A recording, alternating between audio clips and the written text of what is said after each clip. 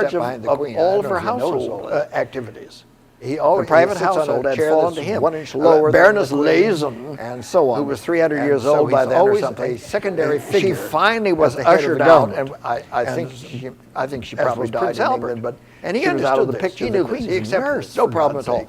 But So at home, she finally was in out of the their picture. private surroundings, Mama he was, realized after that all, she better a butt German, out of things a if she Prussian, wanted to or at be least his harmonious. most So relevant she had her Prussian. own household. And at she home, stepped out Papa of the picture. is in charge. King Leopold and Victoria got along began famously to with accept his this. cousin, She with his idolized nephew. her husband. Absolutely, he Albert, could do so no they wrong. didn't have any trouble. So But it began Albert to quickly was change and adjust. helping and her with by the correspondence. the winter Eventually, he of the drafted all following of her year, correspondence 41, for her. he was then in The charge boxes of all of her that household came up from the activities. A house, The private every household had fallen to other him. day or so. The Baroness dispatch Lazen, boxes, which the Queen who had to was go 300 through and years sign old by documents. then or something. Albert would go she through finally these was with the ushered Queen, out, and so I she think understood them. They were I things think she probably died about in policy. England, She was out of the picture. his The Queen's sophisticated nurse, education for was God's hugely sake. helpful to So her. she finally was out of the picture. And Mama he did it in a way so that she realized that she understood better these butt out of issues things if she and could wanted to be intelligently put her harmonious, so signature she had her or own make household, and suggestions, she which was stepped the out of the prerogative of picture. the crown. King So it was a Leopold big boon to her to They have got her along husband's famously with his assistance cousin, and with his sometimes nephew, guidance in these issues, as Albert, we'll so see in they a didn't minute. have any trouble. Well, But that year, Albert in was the fall of that year, she gave birth helping to her their with second correspondence. child. Eventually, he and this drafted time a all of her son. correspondence for her. She would have The boxes that came up from the and they were all named house Albert. every other day or so. The red dispatch But boxes, which we the all Queen had to go second through and names, sign you documents. see. So Albert would go the through first boy these was with the named Queen, Albert so Edward. she understood them. They were And things in the family is known about as policy. Bertie. So that's His how you sophisticated got around the education was confusion. hugely helpful Well, to there'd her. be 7 more children after And this. he He did children it in in a all. way so that she understood these By the issues way, when she and was could giving birth to her intelligently last put her child, they signature had or make introduced suggestions, which was the prerogative of the anesthesias crown. in the way of So it was a gas. big boon It wasn't to her chloroform, to it have was her husband's assistance her out. and sometimes guidance she in said these after issues, that, as "Oh we'll my see in a God, minute. we should have it for all Well, of them." that It year, made it in the so fall much of that easier. year, Well, she of gave course, birth to their nowadays, second I suppose child, that is the case, and this but, time a son. She would and it was have used prolifically four- after they tried it out on the four, royals. I mean, and they that's were the point all of my named telling you Albert. this. Oh yes, they tried smallpox vaccines But out on George we all III had and his second family. names, you say. The royals have always So been the first in boy line was to named any Albert medical thing Edward. that were going to be And tried in out the on family, public. he's known as Bertie. They're not cowardly So in that way. that's how you Well, get around the confusion. Well, That there'd be year, 7 more children after 1841, this. there were 9 They children in decided all. they would take Christmas. By the way, in when Scotland. she was giving birth to her last December. child, they had introduced But they could not travel through England. anesthesias They in wanted to the go way on the of new gas. trains. You It know, the wasn't brand new chloroform, but it concept was of the trains is just get put you you out. away. And there was a train up And to she said Edinburgh. after that, "Oh, and they were going my to, God, they I couldn't wish do it had this it for because all of of the them." Chartist That made it so riots. much easier. Well, of course, The People's Charter, which was a working man's reform movement and it was charter, used prolifically had been after they tried it out on the rejected by royals. Parliament back That's in the point of my telling you 1832. And ever since that Oh yes, they time, tried smallpox vaccines out on the George big III cities and of his Liverpool, family. Birmingham. The royals have always Manchester, been these are the first in manufacturing line to centers any growing medical quickly thing that that was gonna be were tried in out in riot a public. lot of the time. They're Buildings not burned, cowardly in people that being way. killed. It was Well, very ugly. So they couldn't that year, travel through the Midlands. where the train 1841, went. So they went. by They decided ship. they would up to Scotland for their Christmas. And apparently they saw a property there that they liked, because the following year, 42, when they went back again, they purchased this property. There was a manor house on it, which they pulled down, and then Albert designed a pseudo castle on the property. And of course, that's the famous Balmoral. And this was all Albert's design, and there was even a tartan for everybody that served there to wear. Everybody that lived there wore the Balmoral tartan. And it became their Christmas home for many years, and of course it's still one of the royal residences. The following year they made a state visit to France, and this was hugely successful. They went to visit Louis Philippe, who was the last Bourbon monarch in French history to reign. It was very successful. They were well treated, and of course they returned the favor later on when poor Louis Philippe was deposed. He came to live in England for a while, but that was a good thing. Public visits, state visits, very important. In 45, they had made some visits to the Isle of Wight, which is right there at the mouth of between Bournemouth and Brighton, and at the mouth of the Portsmouth harbor estuary. So they bought this property and they built there a very elaborate Italianate villa, all designed by Albert. They called it Osborne, and this became her favorite residence, and they lived there on and off over the years of their marriage. It was a good summer home, too. The air in the summer is rather nice at that point in the channel. Very shortly after that, things went black for the English Isles because of the terrible potato famine in Ireland. Now, this had begun in the 1840-ish time. The Irish had been developing, unfortunately, a monoculture with potatoes. They lived on them and they exported them. It was very valuable. The English had sort of made this happen, not the Irish. But then an ergot began to appear in the potatoes, which is deadly, and destroyed the potatoes, turned black on the inside, just pulpy and ruined. And of course, this led to mass starvation. 1 million people in Ireland starved to death, flat out, simply died. And another million immigrated to North America. How many of you are Irish by descent? Well, it wouldn't be surprising if your forebears came during the terrible potato famine. This was very difficult. England didn't handle it terribly well, and the Irish were already under the oppression of English landlords, so it was a bad time, and it wasn't resolved. It just sort of died out along with the Irish. A couple of years later, the world was turned upside down when Frederick Engels and Karl Marx published their famous Communist Manifesto in London. It was quickly went across the channel, published in Paris and Berlin and Vienna and all over Europe, and it turned out the French Empire, French monarchy, I should say, collapsed. The Austrian Empire nearly collapsed. All the German states were in a ferment. Prussia, Hanover, all these, Saxe-Coburg, all of these states were in a. There was civil rioting, workers' rebellions. It changed the whole attitude of Europeans about workers. And of course, in England, the big industrialists were terrified that it would come and upset their apple cart too. Well, of course it came to England. And workers were heavily influenced by writings of Marx and Engels, as they should have been. But it did not overthrow the British government by any stretch. And of course, the Communist Manifesto and all of the writings of Marx have had a profound effect and a positive effect on the consciousness of workers ever since. Unfortunately, in America, we're so badly educated, we have a fright about because we don't understand what it's all about. We don't know what it means, but nevertheless, you have to take my word for it. I'm sure you will.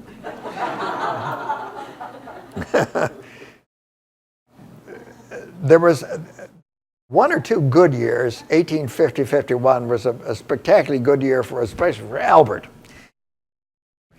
The industrialists of England, and England was way ahead of everybody else in the Industrial Revolution, way out front, and the industrialists wanted to show off their accomplishments. And so they decided to have an industrial fair to pound their chest for everybody. And Albert was asked to chair the organizing committee. And he did. And he said, well, you know, it might be a very good idea to include everybody else. After all, England is ahead, and there would be no harm done. The comparison would not do anything but shed glory on England. And it would also bring others into the picture and could help expand industrial exchange, which of course everybody needed. And they caught on. They thought this was a good idea. So it was expanded to an international fair. And it was going to be housed in a special new building there in St. James Park, which was really spectacular. Nothing like it had been built. It was big cast iron frames with glass, all bolted together. Vast structure. Well, many people said, oh my God, they're going to cut down the giant oaks in St. James. Oh no, we're not going to cut anything down. They built this structure over these huge oak trees. It towered hundreds of feet in the air. It was simply the most colossal thing.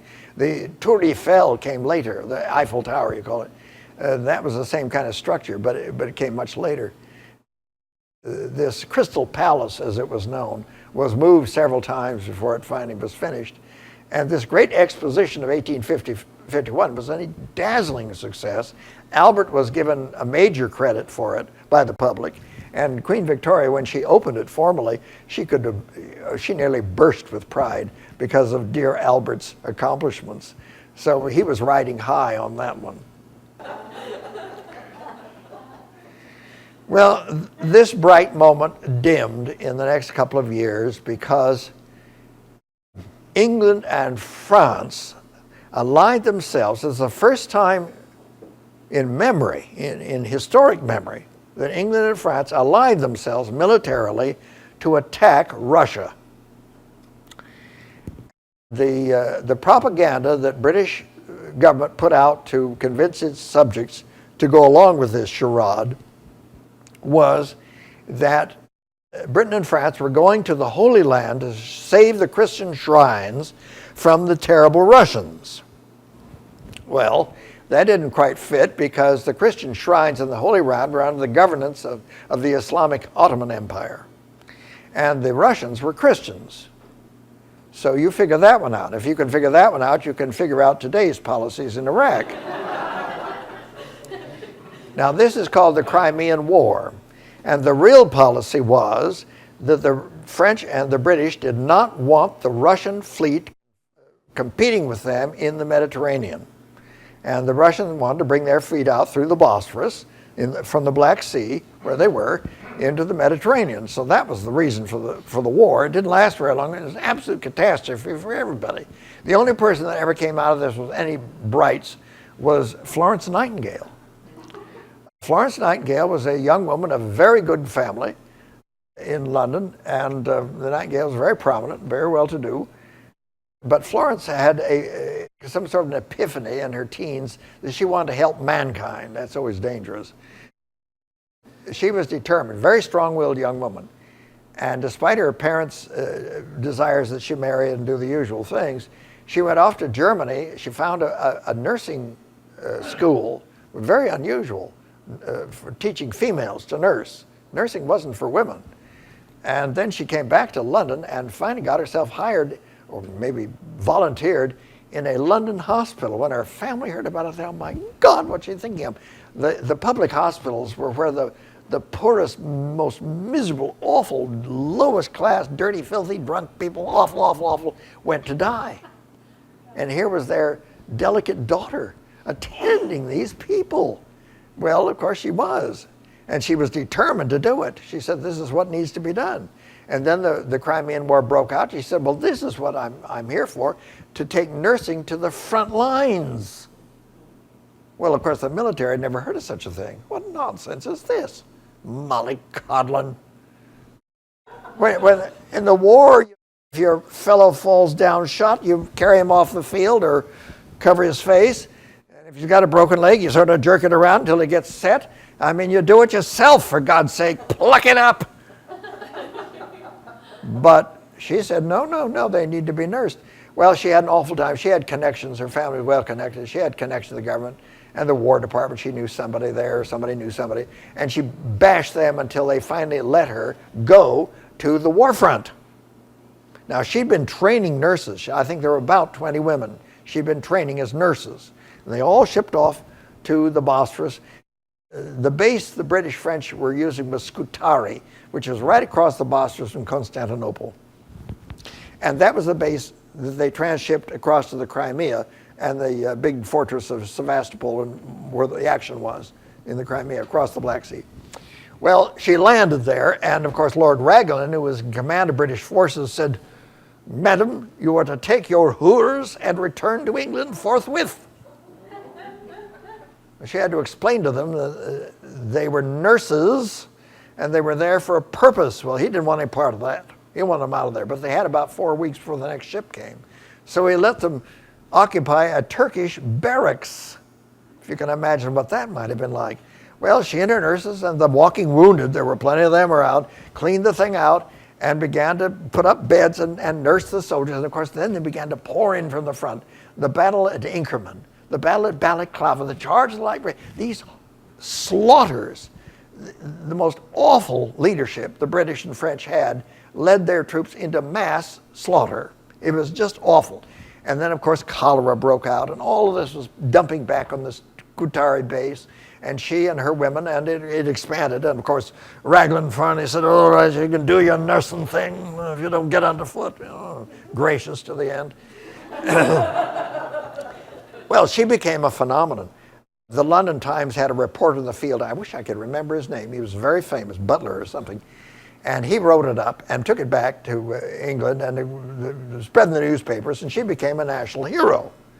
And Queen Victoria and Albert were reading all of this in the paper. They were agog, and help began to pour in then to her. And of course, the Swiss came down from Geneva to see what was going on, and they went eventually back to Geneva, and they organized the International Red Cross. Well, she worked herself nearly to death. The war was short, or she'd have been dead. She returned to England bedridden. They had to carry her off in an ambulance, take her home to heal herself. And when finally she was well enough, Victoria and Albert were dying to meet her. So she was invited for an audience at Windsor, and she went. The Queen was, she was all taken with her. She said, oh, Albert, she is the absolute model of femininity. What a perfect woman. Well, of course, she didn't realize she was dealing with one of the world's great feminists, which Victoria was not, but Nightingale was. And Nightingale lived on to be 100 or 90 or something, working everybody to death. She wouldn't let up. She went through men, and I mean secretaries and aides and helpers. They just worked themselves out. She ground them down to nothing. But she was determined, and she made big inroads on military medicine. So it was quite a character. Well, in 1857, the House of Lords elevated Albert to become Prince Consort. Now, the idea of what to call Albert had been a problem from the beginning. You couldn't call him, he couldn't be king consort, or anything else. And they couldn't think of a proper title. Well, finally, they came up with Prince Consort. And that gave him an appropriate luster, if you will. And Victoria was very pleased with that, and her Prince Consort. You know, so that was nice. Unfortunately, at the same time, in India, there'd been a ghastly rebellion. The East India Company had occupied 2/3 of India, extracting the resources for the East India Company. And they had had British troops there to protect them from the Indians, of course. And then, as time passed, the British recruited Indians to serve under British officers, which is the way it worked. One of the major areas of this native military was from the sect called Sepoy. The Sepoys were a huge army of Indians under British officers. Well, they rebelled in 1857, and they slaughtered their British officers and the British officers' family. Everybody was out there living. You see, all the English that they could lay hands on, they slaughtered them. Well, of course, Britain then poured more troops in and crushed the Sepoy rebellion. It was a mass slaughter, as these things go, but it was very difficult. And the East India Company could see they couldn't control the situation, so they passed the control of the East India Company over to the Crown. And the Crown, it became a Crown corporation, just the way the early American colonies were. And this is a step in a direction where we're going. We're not going to lose this. The Sepoy Rebellion was pretty horrifying in London. We were all terrified of what was going on. It was a couple of years later, 1861, in the spring of that year, news came across the Atlantic that the Americans had gone to civil war. The British, of course, were in great commerce with the southern states because of the cotton, sugar, and tobacco. This was an incident, so Britons were very concerned over this civil war, how it would affect them this way. The majority of British were pro-Southern, as we'd say over here, including Victoria. She thought the Southerners were lovely, and that dreadful man, what's his face? You know. In November of '61, the British ship Trent sailed across the Atlantic to pick up some Confederate representatives who sailed out to meet them. The representatives were men, Mason and Slidell.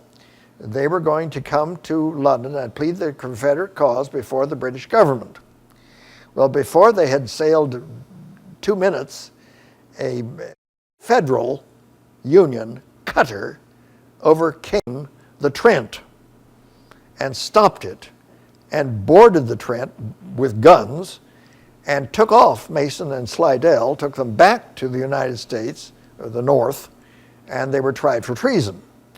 Well, the Trent sailed on to England, and when it arrived, of course, the news got out that an American ship had attacked the Trent and taken it on. Well, all hell broke loose in London, and the Parliament was in a furor against the Lincoln government for doing this dastardly thing, and was writing up a statement of war with the Lincoln government. This was sent up to Victoria to initial, and she was ready to do it. But Albert said, "My dear, we have just gone through a ghastly mistake at the Crimea. We are not going to go through this again. Let us think clearly." And she quieted down, and then he began to rewrite this statement and toned it down considerably. It became a mere slap on the wrist to the Lincoln government. Don't meddle with British shipping. And by this time, Parliament, cooler heads were prevailing, and Parliament quieted down, and that averted the war. And Lincoln was very concerned that the British, or the French, and both, would side with the Confederacy. That would have been the end of it for him. So that was another plus in Albert's direction, if you will. Albert was under a considerable amount of pressure that year. He was worried about his son, the Prince of Wales, Bertie. Prince Edward was at Cambridge. And when you go to college, gentlemen, what do? Right. And that's what Bertie was doing. And he was involved with an actress. And so they had to do something about this. Prince Albert took the train over to Cambridge. He wasn't feeling very well, but he had a long session, overnight session with the Prince of Wales, and a long drag out. Albert was very authoritarian, very Prussian. This is the way we're going to do it, and you're not to argue, and so on. And of course, Bertie was a young man, and he wanted to do it his way, and it was unpleasant, but they finally settled on an issue, and he broke off with the actress. But it nearly did Albert in. He returned to Windsor just exhausted. A few days later, he developed a sore throat and a cough and sniffling. Well, he'd always been sensitive. Albert was aging prematurely. He was always suffering from sore throats and colds and that sort of thing, and Victoria didn't pay much attention. But then he began to run a fever first week of December, and the doctors put him to bed. And 2 days later, they said, "Oh my God, the Prince Consort has typhoid fever." Well, Victoria was taken out of his room, and she had to sit 2 rooms away and watch through the doors for fear she'd catch it. And the doctors labored over him, but his fever became more and more intense, and he went into coma. And on the 14th, Albert died. Well, Victoria was totally undone by this, absolutely. Her maids carried her into her sleeping chamber, and the doors were shut. The family was summoned from all over, wherever they'd been, relatives. They all came to Windsor, buoy up their mother, but they couldn't see her. She wouldn't come out. Her maids came and went, but she would not leave her room, and they couldn't go in. And it went on for nearly 2 weeks. They were all clustered there waiting day after day to come to see their mother. Well, finally the doors opened, and out stepped Queen Victoria, dressed from head to foot in black, her veil so deep that they couldn't see her features. And she said, "I just have a few words before I go to join Albert. My end is at hand. I can't live another day without my dear Albert. But you must listen to the things I want to tell you. And it took her 44 more years to tell him.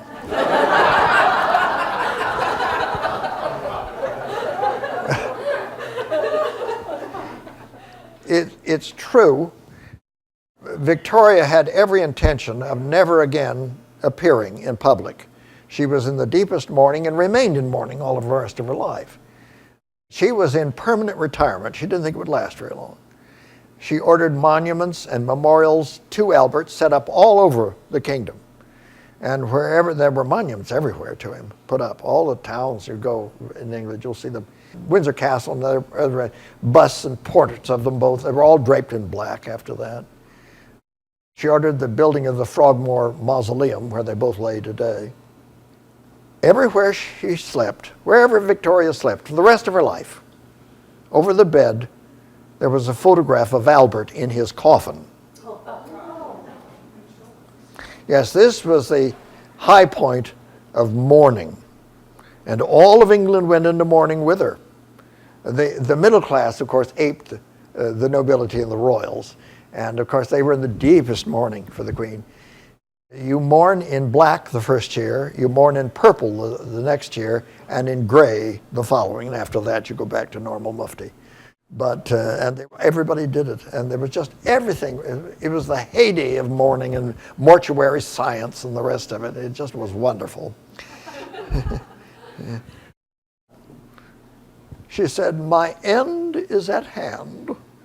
Not quite, as we will see after the intermission.